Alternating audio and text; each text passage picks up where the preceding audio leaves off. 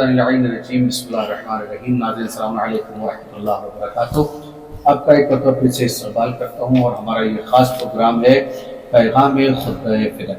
ہم نے ناظرین آپ کی خدمت میں مسلسل فدق کے حوالے سے کچھ تمہیداً بھی آپ کی خدمت میں پیش کیا تاکہ آپ مسئلہ فدق کو اور معاملہ فدق کو سمجھنے کی کوشش کریں. اس لیے کہ جب آپ معاملہ فدق اور مسئلہ فدق کو سمجھ لیں گے تو آپ کے لیے خطبہ فدق کو سمجھنا آسان ہو جائے گا. ایک بات یہ. دوسری بات یہ کہ یوٹیوب اور سوشل میڈیا تمام موضوعات اور تمام سبجیکٹ کے ساتھ بالکل فل ہے. آپ ایک سبجیکٹ پر چاہیے 10 ویڈیو پہ بات کرنے والے آپ کے سامنے موجود رہیں گے. آپ کسی ایک سبجیکٹ پر بحث کرنا چاہیے آپ کے پاس 50 ویڈیوز ایسے آ جاتے ہیں کہ جس کے اوپر جو ہے وہ سیر حاصل گفتگو اس سبجیکٹ کے حوالے سے ہوئی ملتی ہے آپ کو. لیکن خطبہ فدق کے حوالے سے جب آپ یوٹیوب پر یا سوشل میڈیا پر جائیں گے تو کمال کی بات یہ ہے کہ شہزادی سلام اللہ علیہ کے اس خطبے کا ویسا تذکرہ جیسا کہ ہونا چاہیے تھا وہ سوشل میڈیا پر بھی اویلیبل نہیں ہے, موجود نہیں ہے. ہمارے لیے ضروری تھا کہ ہم اس حق اور سچ کو صداقت کے ساتھ اور تاریخ کے حوالے کے ساتھ آپ کی خدمت میں پیش کریں. لہٰذا اسی بنیاد پر حجت الاسلام والمسلمین علی جناب مولانا محمد اسلم رضوی صاحب رئیس شیعہ علماء بورڈ کو ہم نے زحمت دی کہ اس موضوع پر خطبہ فدق کے حوالے سے سیر حاصل گفتگو کی جائے. سب سے پہلے ہم آغاز کا استقبال کرتے ہیں, پھر ہمارے سوالات ہوں گے اور آغاز کے جوابات. السلام علیکم ورحمۃ اللہ وبرکاتہ. وعلیکم السلام ورحمۃ اللہ وبرکاتہ.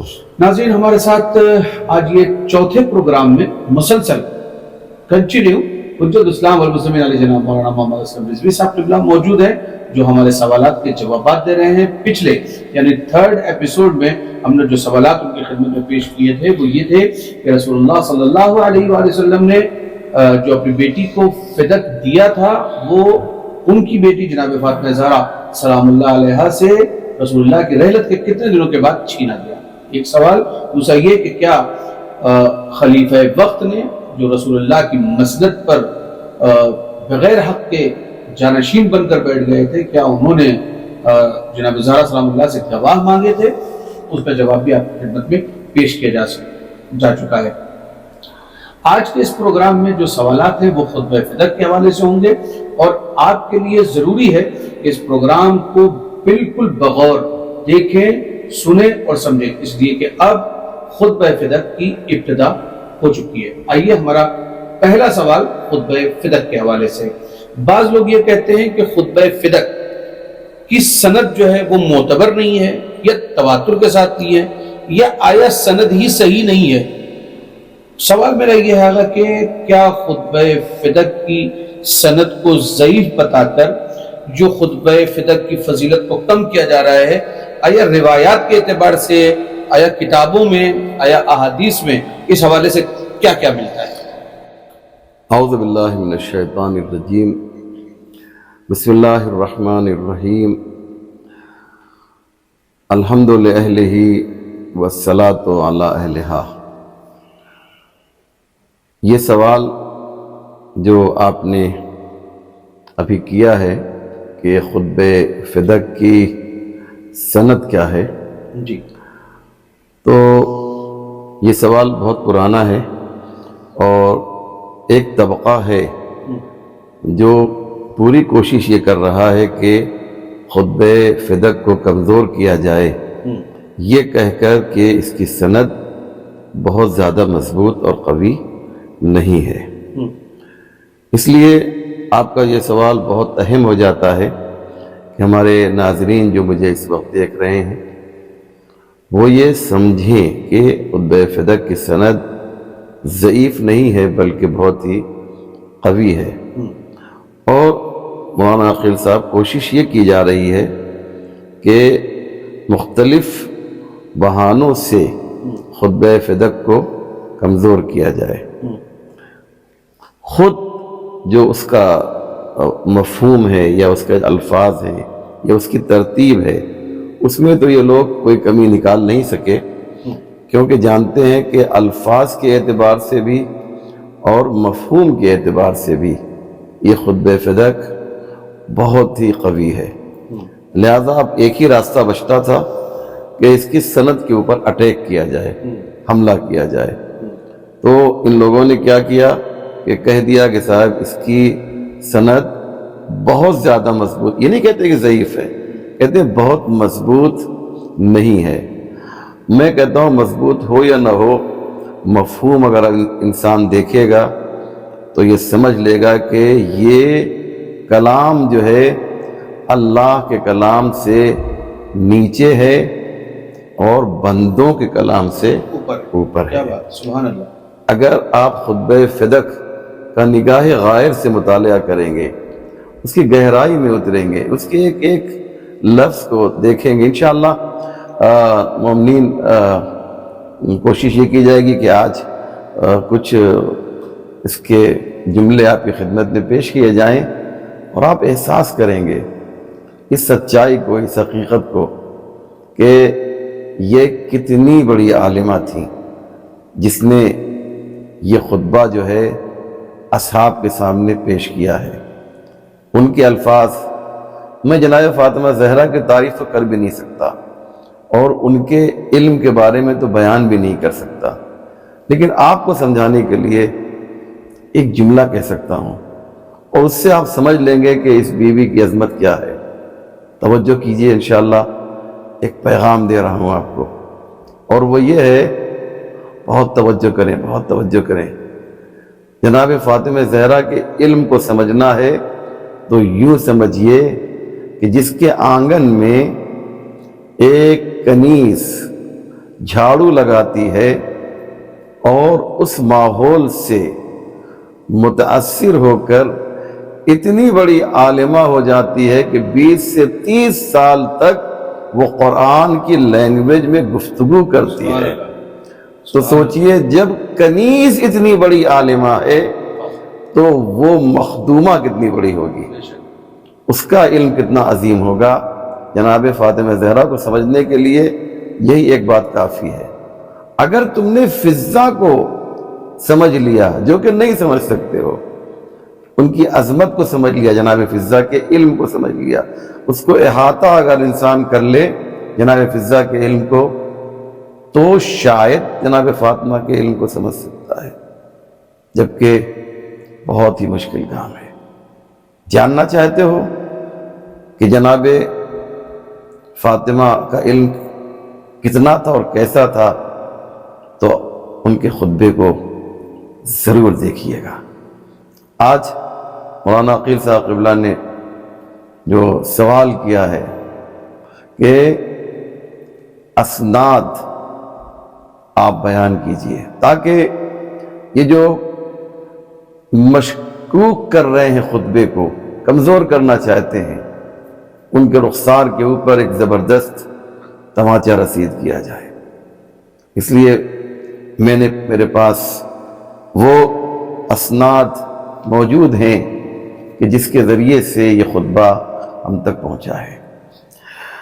خطبے کے جو اسناد ہیں اسے سنیے، اور میں عرض کروں کہ یہ برادران اہل سنت اور ہمارے شیعہ دونوں نے اس خطبے کو نقل کیا ہے. ایک بہت بڑی پرسنالٹی ہے، بہت بڑی شخصیت ہے، ابن ابی الحدید معتزلی، بہت بڑا عالم ہے. اور اس کی خصوصیت یہ ہے کہ ابن ابی الحدید معتزلی نے بہت سی کتابیں لکھی ہیں، لیکن نہج البلاغہ کی جو شرح ابن ابی الحدید معتزلی نے لکھی ہے اس کا جواب نہیں ہے.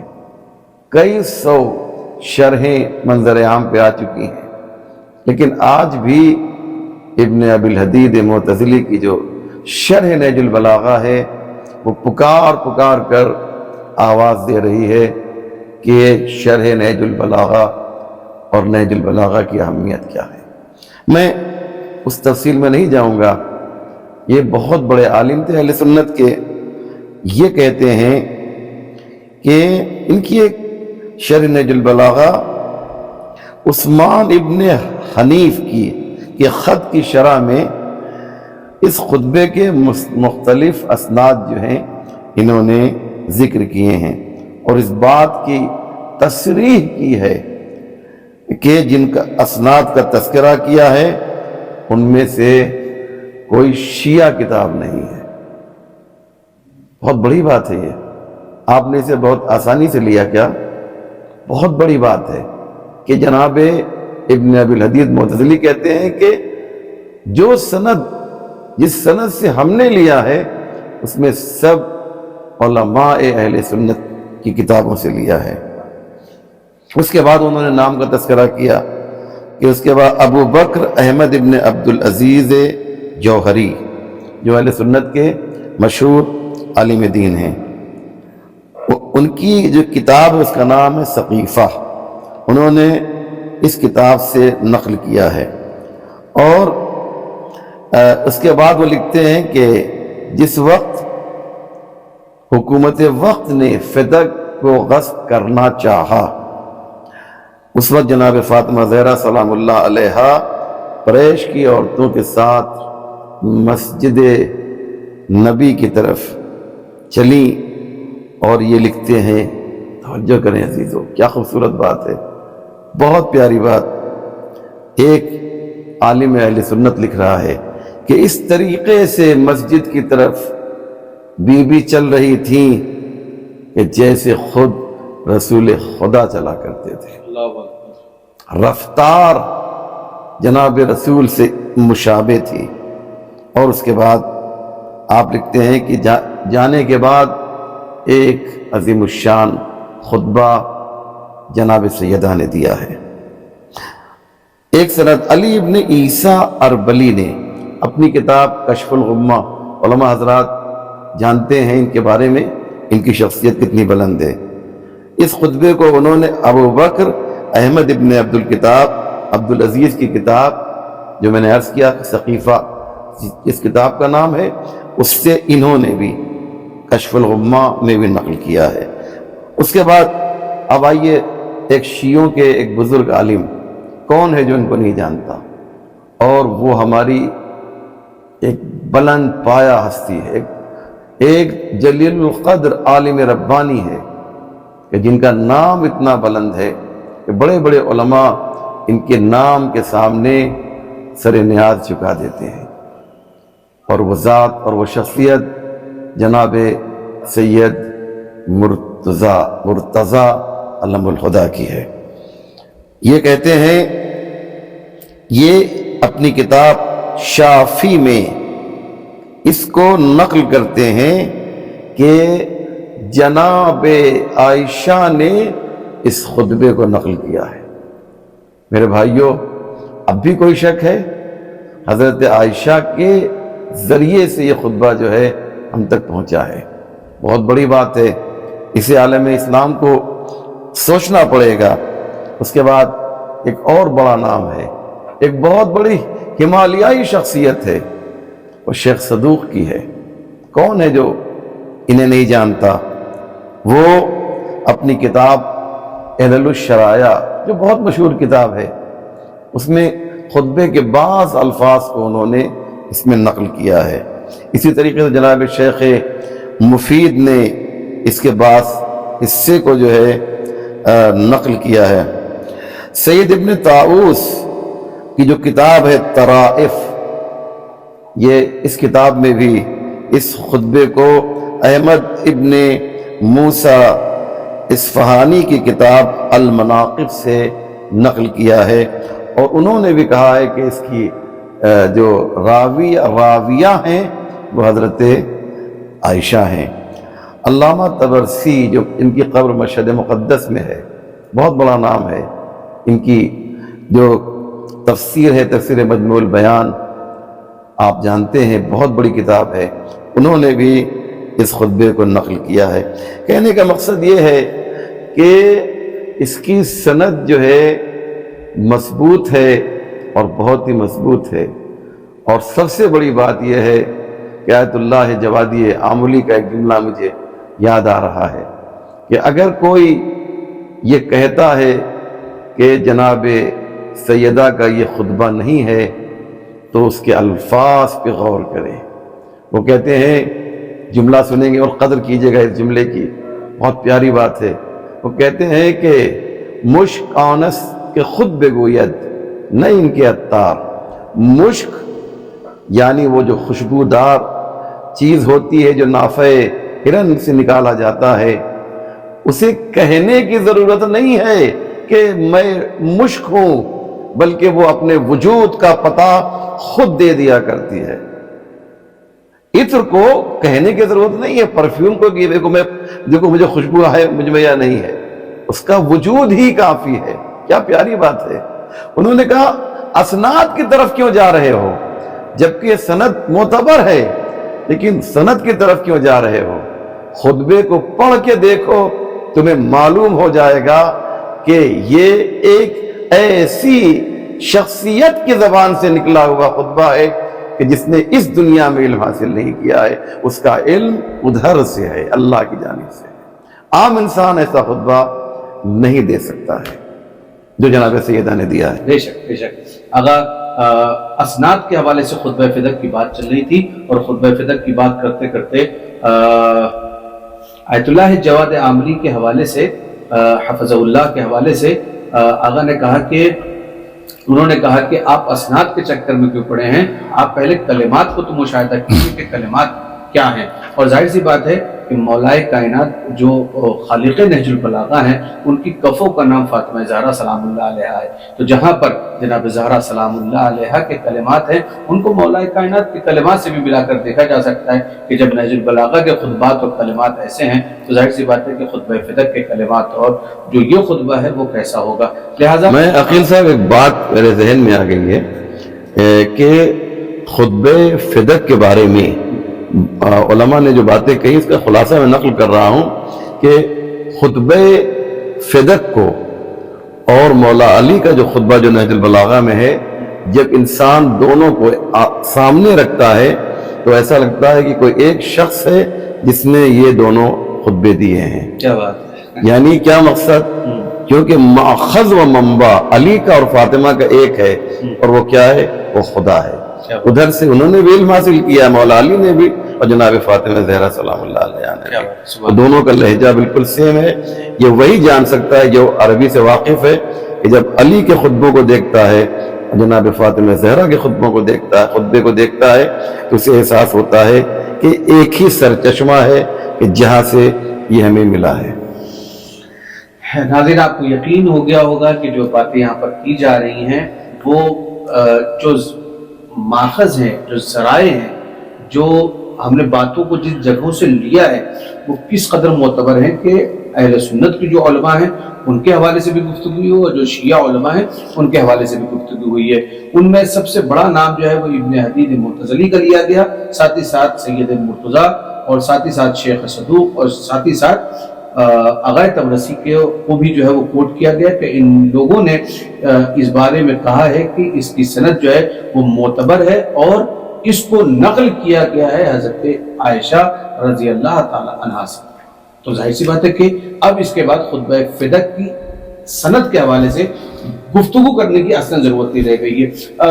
جب یہ ثابت ہو گیا آگا کہ یہ خطبہ فدق کے لیے اسناد کی اب ضرورت نہیں ہے یا اس کے اوپر گفتگو کی ضرورت نہیں ہے، یہ واقعا معتبر ہے، کلمات کے اعتبار سے جامع ہے، اور یہ خود جامع لنفسہ مانع لغیرہ ہے، جب یہ بالکل واضح ہو گیا ہے تو اب سوال یہ پیدا ہوتا ہے کہ خطبہ فدق کو شروع کیا جائے. شروع کرنے سے پہلے شہزادی سلام اللہ علیہا نے اس کو کچھ ابواب پر، یا ہم نے کچھ اس کو ابواب پر اپنے طریقے سے منتقل کیا ہے، یا شہزادی سلام اللہ علیہ نے یہ کے بعد دیگرے کچھ کہنے کی کوشش کی؟ جی، جو اس کی ترتیب ہے، سیکوینس ہے، جو اس کی ترتیب ہے، یہ جناب فاطمہ زہرا نے ترتیب سے کچھ باتیں کہی ہیں، لیکن ہمارے علماء نے اس کو 7 چیپٹر کہہ لیجئے، باب کہہ لیجئے، اس میں تقسیم کیا ہے. اور جب میں یہ جو بیان کروں گا تو عقیل صاحب قبلہ آپ کو اس بات کا احساس ہوگا کہ دیکھیے کتنی خوبصورتی سے ایک کے بعد دیگرے جناب فاطمہ زہرا سلام اللہ علیہا نے اپنی باتوں کو رکھا ہے. اور یہ کس کے سامنے بول رہی ہیں؟ یہ ان کے سامنے بول رہی ہیں کہ جو اصحاب رسول ہیں، مہاجرین اور انصار دونوں موجود ہیں، اور ان کے سامنے جناب فاطمہ زہرا یہ خطبہ دے رہی ہیں۔ اور آپ جانتے ہیں کہ عربوں کو دو چیزوں پہ ناز تھا، اپنی طاقت کے اوپر اور اپنی فصاحت کے اوپر۔ بی بی ان لوگوں کے سامنے شجاعانہ انداز میں گفتگو کر رہی ہیں جو اس بات پر یقین رکھتے تھے کہ ہم سے بہتر کسی کی زبان نہیں ہے، ان کے سامنے خطبہ دے کر ان کو مبہوت کر دینا کہ جناب فاطمہ زہرا کے خطبے کا کام تھا۔ تو آپ کے سوال کا جواب یہ ہے کہ پہلا جو باب تھا مومنین، اس میں جناب فاطمہ زہرا سلام اللہ علیہا نے تذکرہ کیا ہے توحید کا اور خدا کی صفات اور اسماء الہی کا، اور اس کے اندر جو خلقت کی غرض ہے اس کو بیان کیا ہے۔ اور ظاہر سی بات ہے کہ ہمارا دین، ہماری شریعت، سب کچھ جو ہے جس چیز سے شروع ہوتی ہے اسے توحید کہتے ہیں، ونس آف گاڈ، وحدانیت پروردگار۔ یہ پہلا باب ہے۔ البتہ میں نے کہا نا کہ یہ علماء نے اس کی اس طرح سے ترتیب پیش کی ہے۔ دوسرے باب میں جو ہے آپ نے جناب پیغمبر اسلام کا تذکرہ کیا ہے اور ان کی ذمہ داریوں کا، یعنی یہ بتایا ہے کہ دیکھو دین اسلام کا آغاز توحید سے ہوتا ہے، اللہ سے ہوتا ہے، اور اسی اللہ نے ایک رسول کو بھیجا، ابھی وہ آگے آئیں گی۔ اس کے بعد پھر تیسرے نمبر پہ قرآن کا تذکرہ کیا، بہت خوبصورت بات ہے یہ، اللہ، رسول اللہ، اس کے بعد کتاب اللہ، یعنی یہ جو ترتیب ہے اس نے بیان کیا کہ یہ جو کتاب پروردگار ہے اس میں کیا کیا چیزیں ہیں، اس کا انہوں نے خلاصہ کیا۔ انشاءاللہ آگے وہ باتیں آپ کی خدمت میں پیش کروں گا۔ اس کے بعد چوتھے مرحلے میں امت کا تذکرہ کیا ہے۔ امت کا تذکرہ بتایا کہ یہ امت جسے میرے بابا نے کلمہ پڑھایا، یہ وحشی اور درندہ انسان تھے کہ جس کو میرے بابا نے جو ہے انسان بنایا۔ آپ جانتے ہیں نا کہ آدمی تو ہر ایک ہو سکتا ہے لیکن انسان ہر ایک نہیں ہو سکتا۔ جناب فاطمہ زہرا نے کہا کہ تمہیں میرے بابا نے انسان بنایا ہے۔ آپ کو میں ایک شعر سنا دیتا ہوں مرزا غالب کا، کہ مرزا غالب کہتے ہیں کہ بس کے دشوار ہے ہر کام کا آساں ہونا، بس کے دشوار ہے ہر کام کا آساں ہونا، آدمی کو بھی میسر نہیں انسان ہونا۔ کیا بات ہے۔ تو وہ جو آدمی تھے، جو ابن آدم تھے، ان میں آدمیت میرے بابا نے پیدا کی ہے۔ انشاءاللہ اسے بھی سنیں گے کہ جناب فاطمہ نے فرمایا۔ اور جو پانچواں باب ہے جو کہ بہت ہی اہم ہے، اور وہ یہ ہے کہ جو منافقین کی سازشیں تھیں، انشاءاللہ اس میں آپ کو لطف آئے گا، جو منافقین کی سازشیں تھیں پیغمبر کے بعد، جو پیغمبر کے زمانے میں خاموش تھے، آسان زبان میں کہا جائے کہ پیغمبر کے زمانے میں وہ ظاہری طور پہ مسلمان تھے لیکن پیغمبر کے جانے کے بعد ان کا نفاق جو ہے وہ ابھر کر سامنے آ گیا۔ یہ بہت امپورٹنٹ باب ہے، اسے انشاءاللہ آپ ضرور سنیں گے۔ اور چھٹا باب فدق کے بارے میں ہے کہ فدق کو غصب کرنے کے لیے غاصبوں نے کچھ استدلال کیا ہے یا کچھ بہانہ کیا ہے، آسان زبان میں کہا جائے۔ اللہ اکبر، جناب فاطمہ زہرا کا حق غصب کرنے کے لیے دلیل، کہاں جا رہے ہو؟ این تذهبون، تم کہاں جا رہے ہو؟ شہزادی کے سامنے، وہ جو خود قرآن ہو اس کے سامنے استدلال پیش کیا جائے، کہیں نص کے مقابلے میں حدیث پیش کی جاتی ہے، کہیں نص قرآنی کے مقابلے میں، کہیں قرآن کی آیت کے مقابلے میں کوئی دلیل پیش کی جاتی ہے۔ جہاں پر خود قرآن موجود ہو وہاں پر حدیث سے بھی کام نہیں لیا جاتا، چاہے رسول کی حدیث کیوں نہ ہو، چاہے کتنی معتبر حدیث کیوں نہ ہو، چاہے متواتر حدیث کیوں نہ ہو، لیکن اگر یہ قرآن سے ٹکرا جائے، خود حضور نے کہا ہے فَضْرِبُوهُ عَلَى الْجِدَارِ، اگر میری کوئی حدیث جو ہے قرآن سے ٹکرا جائے تو اسے دیوار پہ مار دو۔ سوچئے اگر رسول کی حدیث قرآن سے ٹکرا جائے تو اسے دیوار پہ مار دیا جائے، اور خود کوئی قرآن ناطق سے ٹکرا جائے تو اس کے ساتھ کیا سلوک ہونا چاہیے؟ واہ، سبحان اللہ، سبحان اللہ۔ آپ غور کریں میں کیا کہہ رہا ہوں۔ اس لیے بہت ہی ضروری ہے کہ ہم ان تمام باتوں کو سنیں کہ ایک مظلوم ٹاپک ہے، ایک بے کس و مجبور ٹاپک ہے کہ جس پر عام طور سے تقریریں نہیں ہوتی ہیں، جس پہ عام طور سے باتیں نہیں ہوتی۔ ہم فدق کے بارے میں دو چار باتیں کہہ کے آگے بڑھ جاتے ہیں، لیکن ایک ایک باریکیوں کے اوپر بحث ابھی تک شاید میں کہہ رہا ہوں نہ ہوئی ہو سکتا ہے ہوئی، اور خدا کرے ہوئی ہو، میں تو کہتا ہوں، لیکن مجھے نہیں معلوم۔ تو جناب فیروز صاحب کا یہ بہت بڑا قدم ہے، اور اس کی جزا اگر کوئی دے سکتا ہے تو وہ شہزادی فاطمہ زہرا سلام اللہ علیہا ہے۔ تو یہ چھٹا باب جو ہے یہ غصب کرنے کا جو بہانہ تھا فدق کا، اس کا جواب دیا ہے، اور ساتواں اور آخری باب جو ہے جناب فاطمہ زہرا نے اتمام حجت کی ہے، یعنی کس طریقے سے اتمام حجت کی ہے، اور ان لوگوں سے یہ کہا ہے کہ میرے مقابلے میں آ گئے ہو، جو میرے مقابلے میں آئے گا اس کے لیے اللہ کا دردناک عذاب آمادہ اور تیار ہے۔ اس لیے تم نے میرا حق چھین لیا ہے تو کیا ہوا، آخرت میں پروردگار تم سے ضرور انتقام لے گا۔ کیوں؟ اس لیے کہ وہ قہار بھی ہے اور وہ منتقم بھی ہے۔ وہ اگر رحمان اور رحیم ہے تو تمہارے جیسے لوگوں کے لیے وہ منتقم بھی ہے، وہ قہار بھی ہے، وہ عذاب نازل کرنے والا بھی ہے۔ ناظرین، بہت ہی بہترین طریقے سے اپنی باتوں کو واضح کیا آقا نے، اور یہ کہا کہ خطبہ فدق کو ہمارے علماء نے 7 باب پر جو ہے وہ منقسم کیا ہے، اور 7 باب پر جو پہلا ہے وہ ہے توحید اور خلقت بشری کے اعتبار سے بات ہوئی ہے، دوسرا جو ہے وہ رسالت سرکار مدینہ اور مرتبت کے حوالے سے گفتگو کی گئی ہے، تیسری چیز ہے قرآن، اور چوتھی چیز ہے امت، اور پانچویں چیز ہے منافقین کی سازش، چھٹی چیز ہے فدق کی جاگیر کے حوالے سے شہزادے سلام اللہ علیہ نے اپنے حق کو لوگوں کے سامنے آشکار کیا، اور ساتویں چیز یہ ہے کہ اتمام حجت کے لیے اپنے حق کے دفاع کے لیے شہزادی سلام اللہ علیہ اپنے گھر سے نکلی ہیں، اور اس خطبے کو شہزادی سلام اللہ علیہ نے بیان کیا ہے۔ ناظرین، میں پھر سے آپ کو بتاتا چلوں کہ سوشل میڈیا پر چاہے وہ یوٹیوب ہو، چاہے وہ فیس بک ہو، اور چاہے اس کے علاوہ جو بھی ویڈیوز اپلوڈ جن پلیٹ فارمز پر کی جاتی ہیں، کہیں پر بھی خطبہ فدق کے حوالے سے اتنی سیر حاصل گفتگو آپ کو میسر نہیں آئے گی۔ اس لیے آپ سے گزارش ہے کہ خطبہ فدق جو پیغام خطبہ فدق کا یہ ہمارا 4تھا ایپیسوڈ ہے، آپ اس کو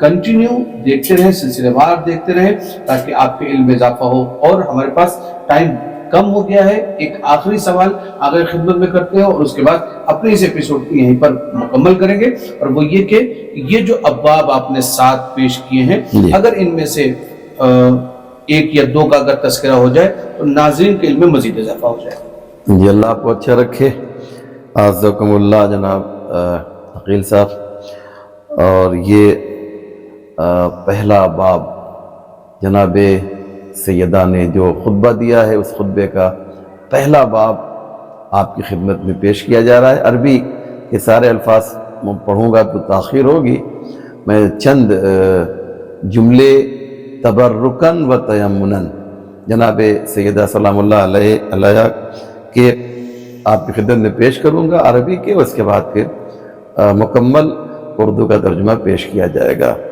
آپ نے خطبہ دیا اور آپ کے سامنے انصار اور جو مہاجر تھے وہ سامنے موجود تھے، وقت کا خلیفہ بھی موجود ہے۔ آپ نے نہایت ہی شجاعانہ طریقے سے خطبہ دیا، اس طرف اصحاب کا مجمع ہے اور ادھر فاطمہ زہرا ہیں، بیچ میں ایک پردہ حائل کر دیا گیا ہے، اور جناب سیدہ نے وہ دشمن شکن خطبہ دیا ہے کہ جس سے خلافت کے عمارت کی چولیں ہل گئی ہیں۔ سنیں اور آپ شکر خدا ادا کیجئے کہ ایسی ہستیوں کو آپ فالو کرتے ہیں کہ جن کے پاس علم کی دولت اس طرح سے اللہ نے انڈیل دی ہے کہ جب وہ خطبہ دیتے ہیں تو ایسا لگتا ہے کہ علم کا ایک سمندر ہے جو موجیں مار رہا ہے۔ سنیں، فرماتی ہیں فاطمہ ذرا، بسم اللہ الرحمن الرحیم، الحمدللہ علی ما انعم وَلَهُ الشُّكْرُ عَلَى مَا أَلْحَمْ وَالثَّنَاءُ بِمَا قَدَّمَ مِنْ عُمُومِ نِعَمِ ابْتَدَاهَا وَسُبُوغِ آلَاءِ أَسْدَادَهَا وَتَمَامِ مِنَنِ أَوْلَاهَا۔ فرماتی ہیں کہ ساری تعریف الحمدللہ، میں ساری تعریف اللہ کے لیے ہے، جتنی تعریف بھی ممکن ہے بس صرف اللہ کے لیے ہے۔ یاد رکھیے گا، تعریف آپ کسی کی بھی کیجئے گا وہ گھوم پھر کر اللہ کی ہوگی۔ آپ کہیں گے کہ صاحب یہ درخت بہت خوبصورت ہے، تو اصل میں تعریف اس کے خالق کی ہوگی۔ آپ ایک انسان کی تعریف کیجئے تو خالق انسان کی تعریف ہوگی۔ آپ ایک پینٹنگ کی تعریف کیجئے تو جس کے بنانے والے کی تعریف ہوگی۔ جناب فاطمہ زہرا کہتی ہیں جتنی تعریف بھی ممکن ہے یہ سب اور سب جو ہے اللہ کی ہے، اور میں ایسے خدا کی حمد کر رہی ہوں، اللہ اکبر، ایسے خدا کی حمد کر رہی ہوں کہ میں نے عربی چھوڑ دیا ہے کیونکہ میرے پاس اتنا وقت نہیں ہے، اور جس کو عربی عبارت دیکھنا ہے آپ کو کتابوں میں تمام تفصیل ملے گی۔ میں مختصر عبارت سے پیش کر رہا ہوں اور باقی اردو ترجمہ پیش کر رہا ہوں۔ خدا کی نعمتوں پر اس کی حمد ہے، اس کی تعریف ہے، جو توفیقات اللہ نے ہمیں عنایت کیا ہے ہم اس کے شکر گزار ہیں، اور جو آسانیاں فراہم کی ہیں ہم خدا نہ کرتے۔ جناب فاطمہ اس کی تمام اللہ نے آغاز میں ہی دے دیا ہے۔ کیا مطلب ہوا؟ بہت پیاری بات ہے۔ یعنی جناب فاطمہ زہرا بتاتی ہیں ہماری زندگی کا جو آغاز ہو رہا ہے وہ نعمتوں سے ہو رہا ہے۔ شیر مادر ایک بہت بڑی نعمت ہے، اسے پینے کے لیے کسی معلم کی ضرورت نہیں ہے، کسی ٹیچر کی ضرورت نہیں ہے، بلکہ اللہ نے اس نعمت کے حصول کے لیے جو ہے ایک قوہ جاذبہ دیا ہے ماں کو، اور ایک قوہ جاذبہ دیا ہے بیٹے کو، بچے کو، کہ ماں کا سینہ بچے کی طرف بڑھتا ہے اور بچے کا دہن جو ہے وہ ماں کے سینے کی طرف بڑھتا ہے۔ سبحان اللہ۔ اس کے بعد فرماتی ہیں کہ اس کی ان عام نعمتوں پر ہمیں اللہ کا ہمیں ابتدائی میں عطا کر دی، اور بے حساب آسائشیں ہیں جو اللہ نے ہمارے لیے مہیا کی ہیں۔ آرام آپ دیکھیں کہ اللہ نے ہمیں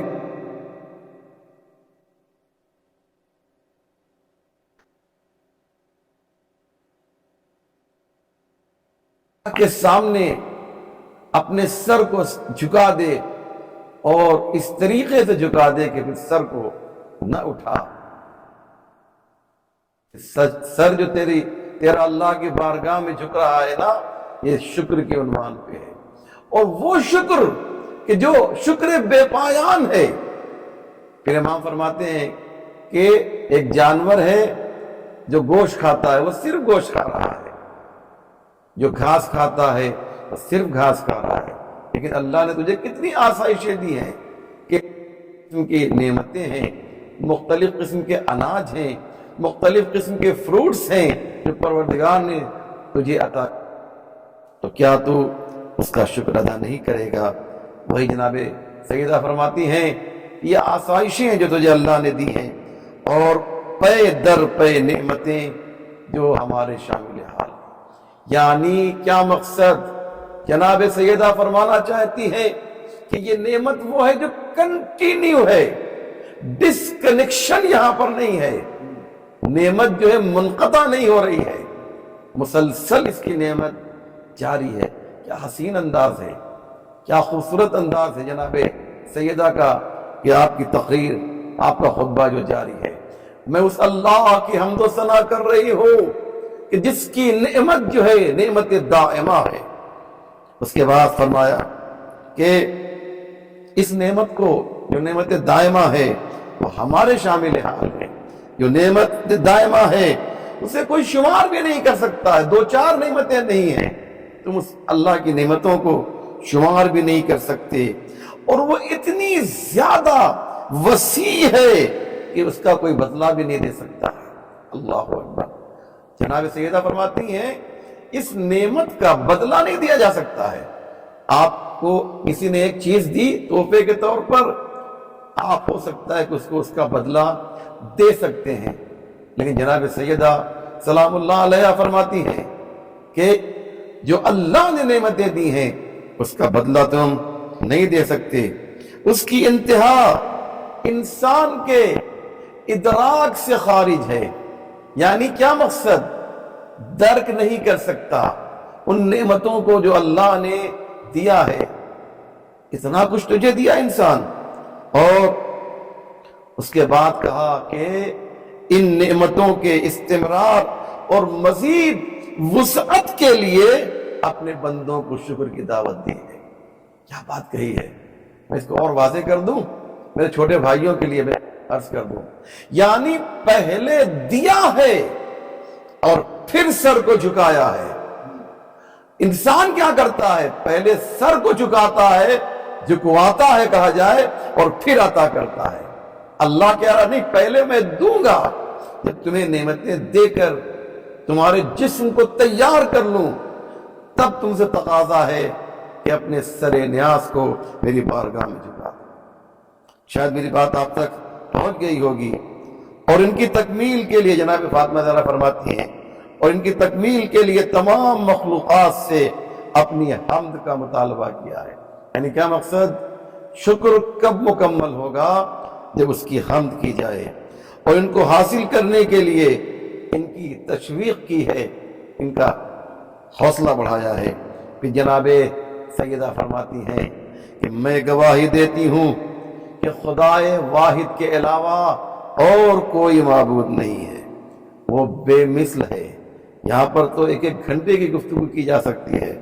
وہ بے مثل ہے، وہ بے نظیر ہے، اس کا کوئی شریک نہیں ہے۔ بے مثل اور بے نظیر کے اوپر کافی علماء نے یہاں پر باتیں کہی ہیں۔ یہ وہ قول ہے جس کی روح اخلاص ہے۔ جناب سیدہ فرماتی ہیں عاشقوں کے دل اس سے وابستہ ہے۔ اصل عشق جو ہے، عشق واقعی جو ہے، وہ خدا سے ہوا کرتا ہے۔ کہا ہے علماء اخلاق نے کہ عشق دو طرح کا ہے، ایک عشق واقعی ہے، ایک عشق حقیقی ہے، اور دوسرا عشق مجازی ہے۔ فرق کیا ہے عشق حقیقی میں اور عشق مجازی میں؟ جو ختم ہو جائے کبھی نہ کبھی، جو پائیدار نہ رہے، وہ عشق مجازی ہے، اور جو ہمیشہ باقی رہے وہ عشق حقیقی ہے۔ انسانوں سے عشق ہوتا ہے، لڑائی جھگڑا شروع ہو جاتا ہے۔ میں نے خود دیکھا ہے کہ ماں نے کیا کیا، بیٹے کا جو ہے قتل کر دیا مثال کے طور پہ۔ آئیے میں جلدی سے مکمل کر دوں بات کو۔ اور وہ خدا جس کو آنکھوں سے دیکھنا ناممکن ہے، زبان اس کی صفات سے، صفات کے بیان سے عاجز ہے، عقل و فکر کے لیے اس کی ذات کا سمجھنا محال ہے۔ اس نے دنیا کی چیزوں کو ایجاد کیا بغیر اس کے کہ اس سے پہلے کسی چیز کا وجود ہو۔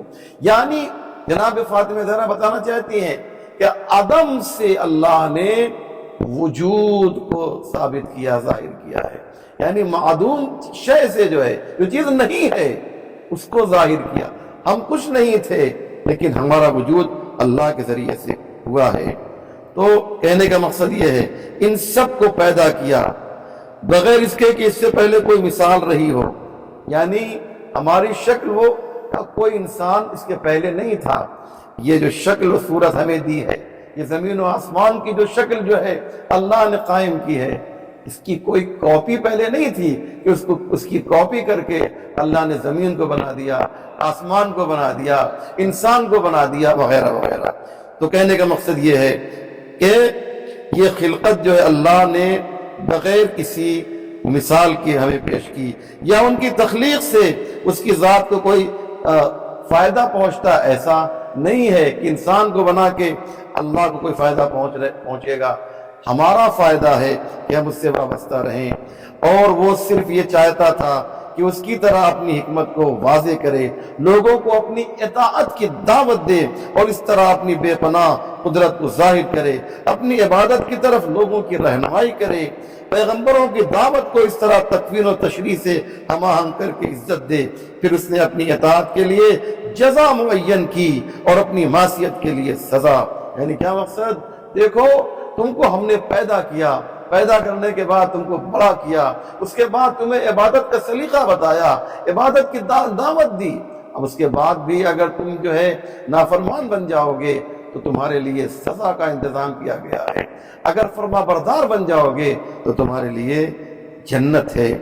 یہ ساری باتیں جو ہیں جناب فاطمہ زہرا کہتی ہیں، میں پھر ریپیٹ کر رہا ہوں آخر جملے کو، پھر اس نے اپنی اطاعت کے لیے جزا معین کی اور اپنی معصیت کے لیے سزا۔ آخری بات سن لیجئے، تاکہ اس طرح اپنے بندوں کو اپنے عذاب و غضب سے آزادی دے اور انہیں بہشت کے باغات و نعمتوں کے مراکز کی طرف بلائے۔ یعنی ایک پورا دستور حیات ہے جسے باب اول میں جناب فاطمہ زہرا نے بیان کیا ہے۔